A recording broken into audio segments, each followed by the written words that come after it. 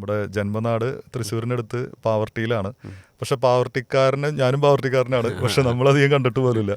അപ്പോൾ വിജീഷിനെ പറ്റി അറിയുന്നതൊക്കെ ഖത്തറിലാണ് ആള് എന്നുള്ള രീതിയിലാണ്. അപ്പോൾ ഖത്തറിലുള്ള വിജീഷ് എങ്ങനെയാണ് കമൽ സാറിന്റെ ഈ സിനിമയിലേക്ക് എത്തുന്നത്? അതിന് മുന്നൊരു സിനിമ ചെയ്തിരുന്നു, ഗ്രാമഫോൺ എന്ന് പറഞ്ഞിട്ട്. ഗ്രാമഫോൺ അതിന് മുമ്പായിരുന്നു ഷൂട്ട് ചെയ്തത്. അതിന്റെ പ്രൊഡ്യൂസർ സർഗം കബീർക്ക എൻ്റെ അച്ഛൻ്റെ ഫ്രണ്ടാണ്. അങ്ങനെ ഒരു തവണ ഈ കബീർക്കയും അച്ഛനും കൂടിയിട്ട് നാട്ടിലെന്തോ സംസാരത്തിന്റെ ഇടയിലാണ് ഗ്രാമഫോണിന്റെ ഇങ്ങനെ വരികയും കബീർക്ക പറഞ്ഞു അങ്ങനെ എന്തെങ്കിലും വേഷങ്ങൾ ഉണ്ടെങ്കിൽ അറിയിക്കാമെന്ന് പറഞ്ഞു. അങ്ങനെ ഇതില് മറ്റേ ദിലീപേന്റെ അനിയനായിട്ടുള്ള ഒരു ക്യാരക്ടർ വന്നപ്പോൾ കബീർക്ക വിളിച്ച് പറഞ്ഞു എന്നോട് കമൽ സാർ ഒന്ന് കണ്ട് കമൽ സാർ ഓക്കെ പറയുകയാണെങ്കിൽ നമുക്ക് ചെയ്യാമെന്ന് പറഞ്ഞു. അങ്ങനെ ഞാൻ നാട്ടിലേക്ക് വന്നു, കമൽ സാറെ കണ്ടു.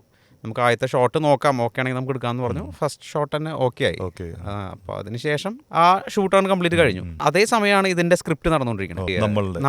നമ്മളുടെ പൂജയ്ക്ക് ആ സമയത്ത് നടക്കണേ. അപ്പം ഞാനായിരുന്നില്ല ആദ്യത്തെ ഓപ്ഷൻ. ആദ്യം വേറെ കാസ്റ്റിംഗ് ഒക്കെ ആയിരുന്നു.